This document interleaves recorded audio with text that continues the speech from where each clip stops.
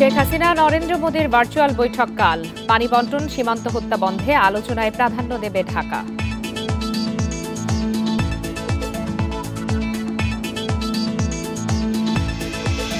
অর্থনীতির সূচকে পাকিস্তানের চেয়ে অনেক এগিয়ে বাংলাদেশ। মাথাপিছু আয়ে ছাড়াচ্ছে ভারতকেও।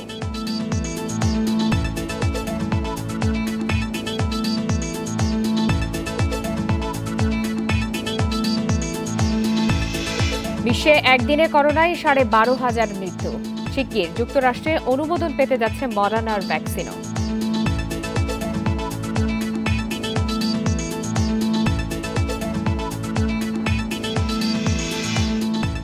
আমন্ত্রণ আন্তর্জাতিক খবর নিয়ে আমাদের প্রতিদিনের আয়োজন পূর্ব পশ্চিমে। সাথে আছি ফারহানা লোপা। শিরোনাম জানাচ্ছিলাম, এবারে চলে যাচ্ছি বিস্তারিত খবরে। আগামীকাল ভার্চুয়াল বৈঠকে বসছেন প্রধানমন্ত্রী শেখ হাসিনা ও ভারতের প্রধানমন্ত্রী নরেন্দ্র মোদী। এতে ঢাকার পক্ষ থেকে প্রাধান্য দেয়া হবে পানি বণ্টন, সীমান্ত হত্যা বন্ধ সহ বড় ইস্যুগুলো। তবে দিল্লির আগ্রহ কোভিড পরবর্তী পরিস্থিতি একসাথে মোকাবেলা করা। পররাষ্ট্রমন্ত্রী একে আব্দুল মোমেন জানান, এর বাইরেও দ্বিপাক্ষিক 4টি সমঝোতা চুক্তি সই হতে পারে এ বৈঠকে।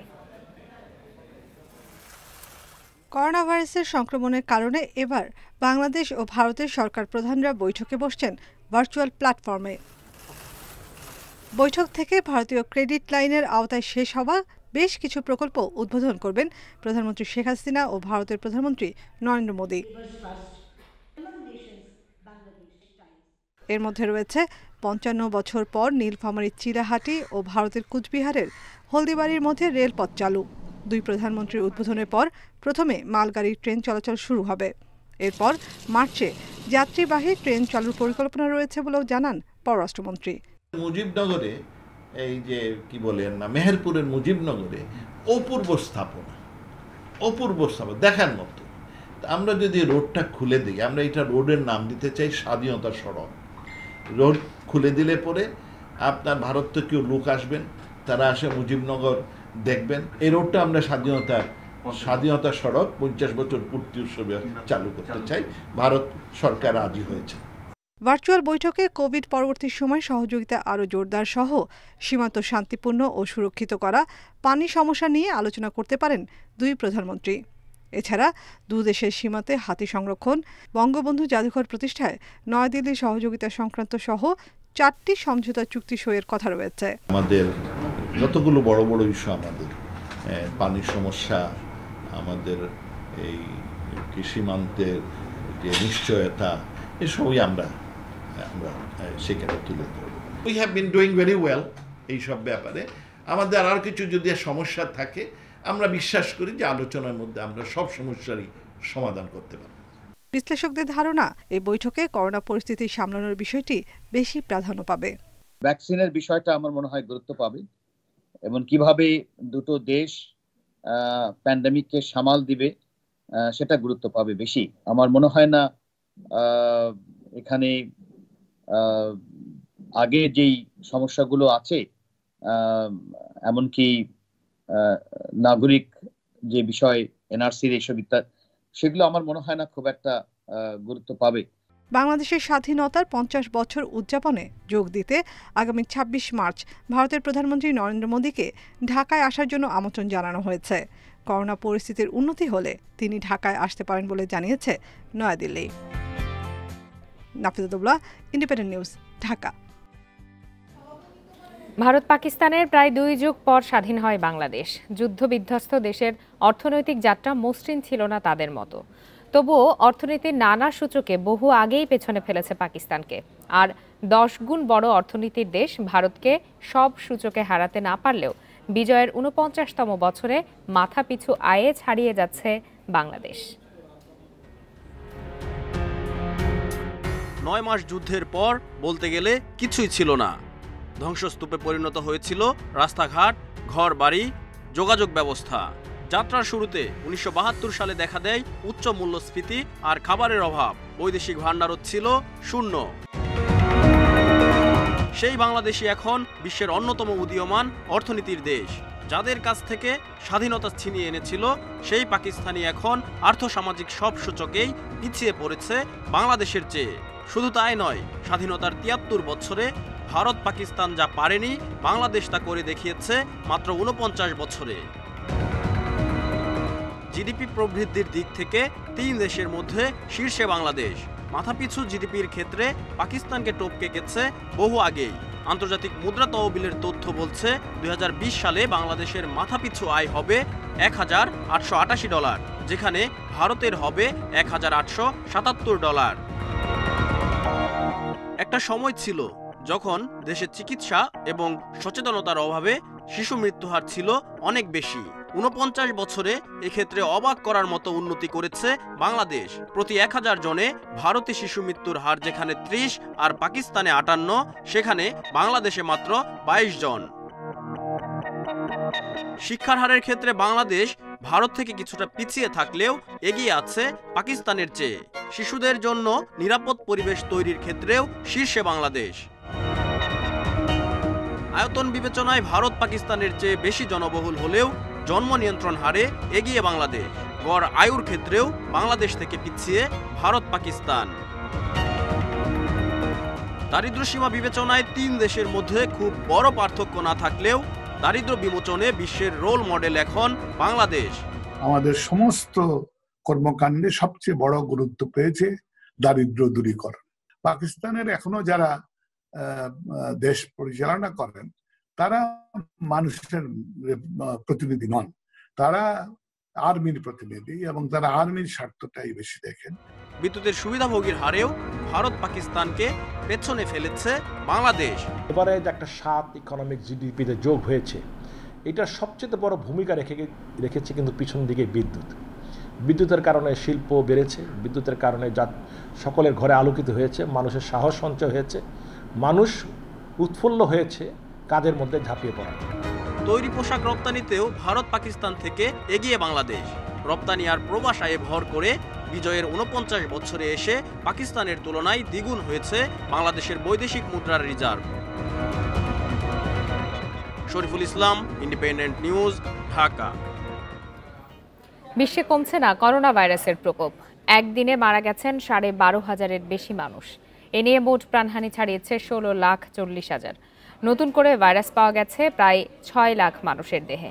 এ নিয়ে মোট আক্রান্তের সংখ্যা 7,37,00,000-এর বেশি। এ পর্যন্ত সুস্থ হয়েছেন 5,17,00,000-এর বেশি মানুষ। যুক্তরাষ্ট্রে মঙ্গলবার করোনায় আক্রান্ত হয়ে 2,900 জনের বেশি মৃত্যু হয়েছে। নতুন শনাক্ত হয়েছে 1.5 লাখ মানুষ। দেশটিতে মোট আক্রান্তের সংখ্যা 1,71,00,000-এর বেশি।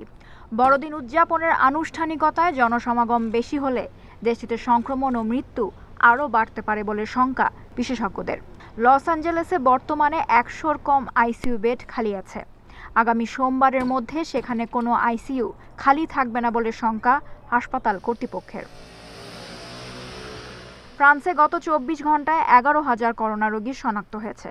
সংক্রমণ কিছুটা কমায় লকডাউন তুলে রাত্রিকালীন কারফিউ জারি করেছে ফ্রান্স সরকার। তবে অন্যান্য বিধিনিষেধ জারি থাকছে 20 জানুয়ারি পর্যন্ত। নেদারল্যান্ডসে জারি হয়েছে 5 সপ্তাহের দেশব্যাপী লকডাউন। ইতালিতে দৈনিক 15,000-এর বেশি সংক্রমিত হওয়ায় ক্রিসমাসে আরও কড়াকড়ি আরোপের সিদ্ধান্ত নিয়েছে কর্তৃপক্ষ। এছাড়াও রাশিয়া 26,000, যুক্তরাজ্যে 18,000 রোগী শনাক্ত হয়েছে। জার্মানিতে 24 ঘন্টায় শনাক্ত হয়েছে 21,000 রোগী। বড়দিনের আগেই ভ্যাকসিন অনুমোদন দিতে ইউরোপীয় মেডিসিন এজেন্সিকে অনুরোধ জানিয়েছে দেশটির স্বাস্থ্যমন্ত্রী। অন্যদিকে মঙ্গলবার থেকে নতুন স্বাস্থ্যবিধির সাথে সিঙ্গাপুরে চালু হয়েছে বিজনেস ফ্লাইট। অস্ট্রেলিয়ায় টানা 2 সপ্তাহ পর একজনের দেহে করোনা শনাক্ত হয়েছে। ব্রাজিলে ফের বেড়েছে করোনার বিস্তার। একদিনে দেশটিতে 850 প্রাণহানি এবং 40,000 নতুন করোনা রোগী শনাক্ত হয়েছে। তুরস্কে পাওয়া গেছে 32,000 রোগী। 2021 সালে চীনের তৈরি 84 লাখ করোনা ভ্যাকসিনের ডোজ সুদানে পৌঁছাবে বলে জানিয়েছে দেশটির সরকার। এদিকে ভারতে গত 24 ঘন্টায় 22,000 করোনা রোগী শনাক্ত হয়েছে। এ নিয়ে দেশটিতে মোট আক্রান্ত 99 লাখ ছাড়ালো। তবে দেশটিতে সুস্থতার হার 95%। Lutfa Fauzia, independent news. ইতালির করোনা পরিস্থিতি নিয়ে আরো বিস্তারিত জানাতে রোম থেকে আমাদের সাথে যোগ দিয়েছেন প্রবাসী সাংবাদিক ইউসুফ আলী। জনাব ইউসুফ আলী, আপনাকে স্বাগত জানাচ্ছি। আপনার কাছে শুরুতেই জানতে চাই যে এমনিতেই ইতালিতে কিন্তু কড়াকড়ি আরোপ করা হয়েছে বিধিনিষেধের ক্ষেত্রে, এবং আমরা যতদূর জানি যে আসন্ন বড়দিনকে ঘিরে কড়াকড়ি আরো বেশি কঠোর করা হয়েছে। তো সেগুলো আসলে কি কি কড়াকড়ি আরোপ করা হয়েছে, নতুন করে কি কি আরোপ করা হয়েছে? জি ধন্যবাদ। আসলে নতুন করে বলতে এটি আসলে গত 4 তারিখে যে ঘোষণাটি ছিল অধ্যাদেশটি, সেই কড়াকড়িগুলো কিন্তু রয়েছে। তবে নতুন করে যেটি হচ্ছে, গতকালকে আমরা যেটি জানতে পেরেছি যে পুরো ইতালিতেই সরকার ঘোষিত যে নিষেধাজ্ঞা রয়েছে তার মধ্যে বিশেষ করে হয়েছে 25 এবং 26 বড়দিনের যেই নিষেধাজ্ঞাটি, এবং পাশাপাশি 31 নাইটে। অর্থাৎ এই দিনগুলোতে কিন্তু একেবারেই যেই শহরে থাকবে সেই শহরে থাকতে হবে, কোনো শহর থেকে কিন্তু অন্য শহরে যেতে পারবে না। এবং সেই কারফিউটি এবং নিষেধাজ্ঞা এখনো রয়েছে, সেটি হচ্ছে কি সময় সাপেক্ষ, অর্থাৎ রাত 10টা থেকে সকাল 5টা পর্যন্ত যে কারফিউটি এখন রয়েছে সেটি কিন্তু এই নাতাল অর্থাৎ বড়দিন এবং 31 কিন্তু সেটি বাড়িয়ে দেওয়া হয়েছে, সেটি সন্ধ্যা থেকেই থাকবে। এবং যেটি গতকাল জানতে পেরেছি সেটি হচ্ছে যে এক শহর থেকে অন্য শহরে যাওয়ার যাতায়াত সম্পর্কিত যে নিষেধাজ্ঞা সরকার ঘোষিত রয়েছে সেটি অমান্য করার কারণে কিন্তু ইতিমধ্যে 6,000 নাগরিককে কিন্তু জরিমানা করা হয়েছে, বেশ ভালো একটি জরিমানা করা হয়েছে। এবং সেখানে কিন্তু তল্লাশি, অর্থাৎ সড়কগুলোতে তল্লাশি কিন্তু অব্যাহত রয়েছে। প্রায় 1 মিলিয়নের বেশি নাগরিক কিন্তু ইতিমধ্যে তল্লাশি করে এই জরিমানাটি করা হয়েছে। তো সেটি একটি বেশ কড়াকড়ি, অর্থাৎ সরকার চাচ্ছে যে হারে করোনার সংক্রমিত হচ্ছে সেটিকে কমাতে কিন্তু পারছে না। দ্বিতীয় দফার যেই বিপর্যয়টি সেটি কিন্তু স্টিল প্রায় 9 থেকে 10% হারে কিন্তু এখন পর্যন্ত সংক্রমিত হচ্ছে, এখনো 15,000 14 থেকে 15,000 প্রতিদিনে হচ্ছে। তো সরকার সেটিকে কোনোভাবেই কিন্তু নিয়ন্ত্রণ আনতে পারছে না বলেই কিন্তু সরকার এই কড়াকড়ি আরোপ করতে বাধ্য হচ্ছে। এবং ইতালির ইতিহাসে এই প্রথম কিন্তু একটি ভিন্ন ধরনের একটি বড়দিন তারা উৎসব পালন করবে। ইউসুফ আলী, একটু জানাবেন যে সারা বিশ্বেই কিন্তু করোনার টিকা নিয়ে আলোচনা চলছে এবং প্রয়োগও শুরু হয়েছে কিছু কিছু জায়গায়। ইতালির অবস্থান আসলে কি? জি ধন্যবাদ। এটি আমি গতকালকেও বলেছিলাম, আজকেও যেটি বলবো সেটা হচ্ছে যে ইতালি সরকার সম্পূর্ণভাবে প্রস্তুতি নিচ্ছে ভ্যাকসিন প্রয়োগের জন্য, এবং সেটি ইতিমধ্যে গত পরশুদিন সরকার জানিয়েছে যে তারা 15 জানুয়ারি থেকে তারা শুরু করতে পারবেন এই ভ্যাকসিন প্রয়োগ। তারা প্রায় 1.9 মিলিয়ন অর্থাৎ 18,74,000 ভ্যাকসিন আসবে 15 জানুয়ারির মধ্যে, এবং তারা 15 জানুয়ারি থেকে তারা প্রয়োগ শুরু করবে। এবং 21টি বিভাগীয় শহরেই তারা দিবেন, যেখানে সর্বোচ্চ পাবে রাজধানী রোম সহ লাসিওতে এবং দ্বিতীয় পাবে লম্বার্দিনা যে বিভাগটি রয়েছে এখানে। এবং সেই দিকেই তাকিয়ে আছে পুরো দেশবাসী যে ভ্যাকসিন শুরু হলে হয়তো পরিস্থিতি স্বাভাবিক হবে। এবং সরকার একটি প্রতিপাদ্য বিষয় নির্ধারণ করেছে যে একটি নতুন। আপনাকে অসংখ্য ধন্যবাদ আমাদের সাথে যোগ দেওয়ার জন্য। ফাইজারের পর এবার যুক্তরাষ্ট্রে অনুমোদন পেতে যাচ্ছে মডার্নার করোনা ভ্যাকসিন। এই ভ্যাকসিনকে নিরাপদ এবং 94% পর্যন্ত কার্যকর বলে জানিয়েছে দেশটির খাদ্য ও ওষুধ প্রশাসন FDA। এ কারণেই জরুরি ব্যবহারের জন্য টিকাটির অনুমোদন পাওয়ার পথ সুগম হয়েছে। ফাইজার বায়োএনটেকের করোনা ভ্যাকসিন এরই মধ্যে প্রয়োগ শুরু করেছে যুক্তরাষ্ট্র। শিগগিরই ব্যাপক আকারে প্রয়োগ হবে এই টিকা। জরুরি ভিত্তিতে আরও বেশি সংখ্যক নাগরিককে টিকাদান কর্মসূচির আওতায় আনার লক্ষ্যে এবার মডার্নার তৈরি টিকাকেও জরুরি ভিত্তিতে ব্যবহারের অনুমতি দিতে যাচ্ছে যুক্তরাষ্ট্র। মঙ্গলবার মডার্নার টিকার বিষয়ে 54 পৃষ্ঠার একটি গবেষণা প্রতিবেদন প্রকাশ করে FDA। এতে বলা হয়েছে ভ্যাকসিনটিতে বিশেষ কোনো নিরাপত্তা ঝুঁকি নেই, মারাত্মক ক্ষতিকর কোনো পার্শ্ব প্রতিক্রিয়ার প্রমাণও মেলেনি। 30,000 মানুষের ওপর পরীক্ষা করে দেখা গেছে করোনা মোকাবেলায় এই ভ্যাকসিন 94.1% কার্যকর। ফাইজারের টিকা সংরক্ষণ করার জন্য -70 থেকে 80 ডিগ্রি সেলসিয়াস তাপমাত্রা প্রয়োজন, যা অনেকটাই কষ্টসাধ্য এবং বড় একটা চ্যালেঞ্জ। তবে মডার্নার টিকা সংরক্ষণের জন্য এ ধরনের কোনো আলট্রা কোল্ড স্টোরেজের প্রয়োজন হবে না। 20 ডিগ্রি সেলসিয়াস তাপমাত্রায় 6 মাস পর্যন্ত এই টিকা সংরক্ষণ করা যাবে। তাই এর সংরক্ষণ ও স্থানান্তর প্রক্রিয়া ফাইজারের তুলনায় অনেকটাই সহজ। FDA এর ভ্যাকসিন কমিটির প্রধান জানান, চলতি সপ্তাহের শেষ নাগাদ চূড়ান্ত অনুমোদন পেলে 24 ঘন্টার মধ্যেই সারা দেশে এই ভ্যাকসিন সরবরাহ করা সম্ভব হবে। করোনায় প্রাণহানি এবং আক্রান্তের দিক দিয়ে বিশ্বের শীর্ষস্থানে রয়েছে যুক্তরাষ্ট্র। দেশটিতে করোনায় মোট মৃতের সংখ্যা এরই মধ্যে 3 লাখ ছাড়িয়েছে।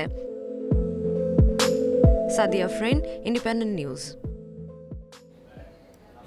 অবশেষে যুক্তরাষ্ট্রের নবনির্বাচিত প্রেসিডেন্ট জো বাইডেনকে শুভেচ্ছা জানালেন রাশিয়ার প্রেসিডেন্ট ভ্লাদিমির পুতিন। মঙ্গলবার মস্কোর ক্রেমলিন থেকে এক বিবৃতিতে এই শুভেচ্ছা জানান তিনি। সোমবার যুক্তরাষ্ট্র জুড়ে ইলেকটোরাল কলেজের ভোটে বাইডেনের জয় আনুষ্ঠানিকভাবে নিশ্চিত হওয়ার পরই আসে এই অভিনন্দন বার্তা।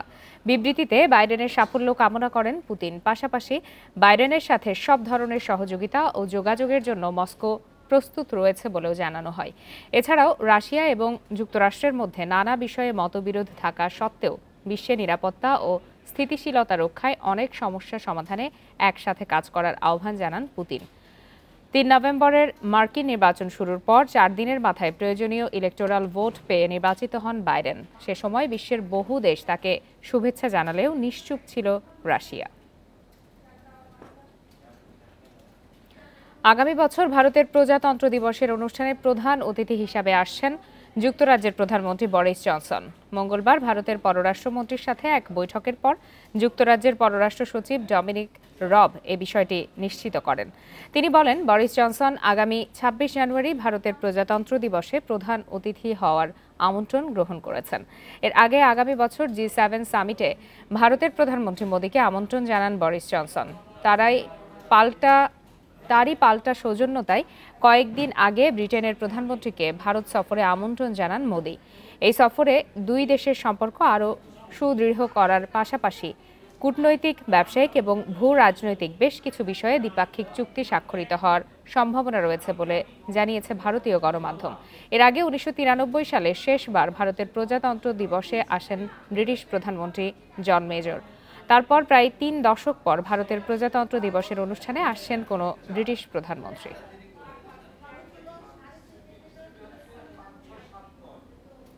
রাশিয়ার একটি বৃদ্ধাশ্রমে আগুন লেগে নিহত হয়েছে 11 জন। আগুন লাগার পর দম বন্ধ হয়ে তাদের মৃত্যু হয়। মঙ্গলবার উরাল পর্বতমালা এলাকার বাসকর্তস্থান অঞ্চলের ইশবুলদিনা গ্রামের বৃদ্ধাশ্রমে আগুন লাগে বলে জানিয়েছে কর্তৃপক্ষ। কর্তৃপক্ষ জানায়, বয়স বেশি হওয়ার কারণে ভবনটি থেকে বের হতে না পারায় মৃত্যু হয় তাদের। প্রায় ৩ ঘন্টার চেষ্টায় আগুন নিয়ন্ত্রণে আসে। এক বিবৃতিতে দেশটির জরুরি বিষয়ক মন্ত্রণালয় বলেছে, দুর্যোগ ব্যবস্থাপনা কর্মীরা 4 জনকে উদ্ধার করলেও 11 জন ঘটনাস্থলেই মারা যায়। এ ঘটনায় তদন্ত শুরু করা হয়েছে বলে রাশিয়ার তদন্তকারী কমিটি জানিয়েছে।